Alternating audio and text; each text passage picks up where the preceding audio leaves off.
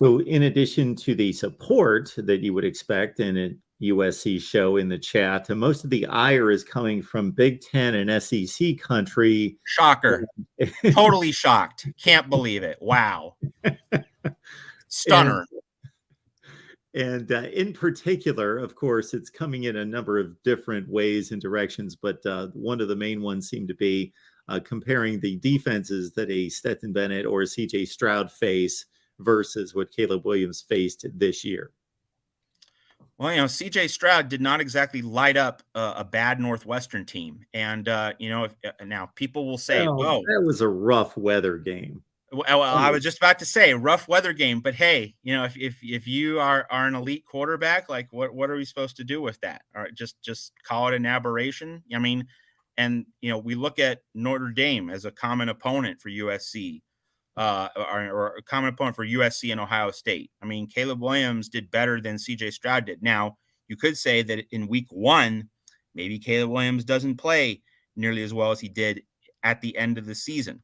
But we could also say that in week 1, USC would have had a fully healthy offensive line, and it certainly did not against Notre Dame. And, the Andrew Voorhees injury certainly affected what Caleb Williams was able to do against Utah and Las Vegas in the Pac-12 championship game. So, like, we could play all day with hypotheticals and what ifs, but, Caleb Williams was pretty clearly better than CJ Stroud was against a common opponent, Notre Dame, with a good defense.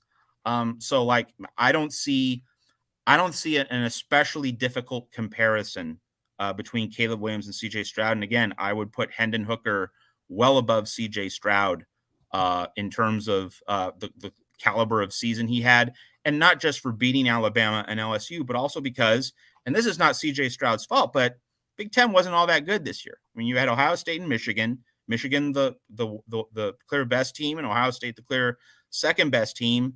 Penn State was third, and it'll be interesting to see what Penn State does against Utah in the Rose Bowl to kind of litigate just how good Penn State really is. But over the course of the regular season, I mean, and like, I'm not making the rules up, I'm not making up facts, but this was a rough ride in the Big Ten. Purdue winning the Big Ten West with 4 losses. It wasn't the Big Ten's best year. Michigan State, collapsing after the one really good year under Mel Tucker. So that program's, facing a lot of questions. I mean, it just wasn't a good year for the Big Ten. And, if Big Ten fans can't admit that, I can't help them. But, like, that's just the plain reality. Wisconsin took a tumble. Iowa took a tumble. But, both of those programs regressed. And maybe, Luke Fickell, I would say he's going to get Wisconsin back to that 10-win standard that Paul Chryst had going for several years. But it didn't happen in 2022.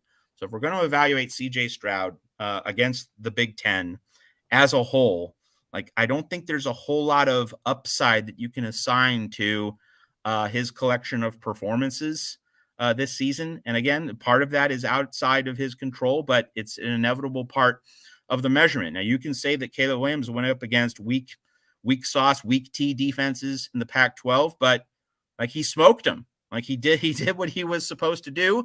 And also, I would also say this for the Big Ten fans and maybe some SEC fans who think that Caleb Williams is getting too much credit and CJ Stroud is not getting enough credit. Did you think that USC was going to make the Pac-12 championship game and win 11 games? All right. If you thought that USC was going to make the Pac-12 championship game instead of Utah and Oregon, and if you thought USC was actually going to win double-digit games this season, all right, fine. I will concede that point. But I have the sneaking suspicion that at the beginning of the year, you probably thought USC was going to lose 3 or 4 games because of how bad the defense was likely to be. And Caleb Williams overcame the limitations and weaknesses of that Alex Grinch USC defense, certainly throughout the second half of the season.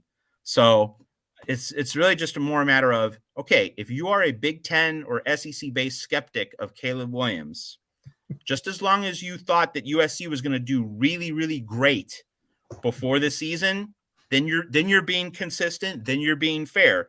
But if you were a USC skeptic before the season, and, like, I have no way of knowing what you out there, in Columbus or Ann Arbor or Athens or Knoxville, I have no way of knowing what you're thinking. But if you were a USC skeptic before the season, and you're trying now to say that, oh, Caleb Williams was going up against weak Pac-12 defenses, can't have it both ways. You were either a skeptic before the season, or you can't be a skeptic now.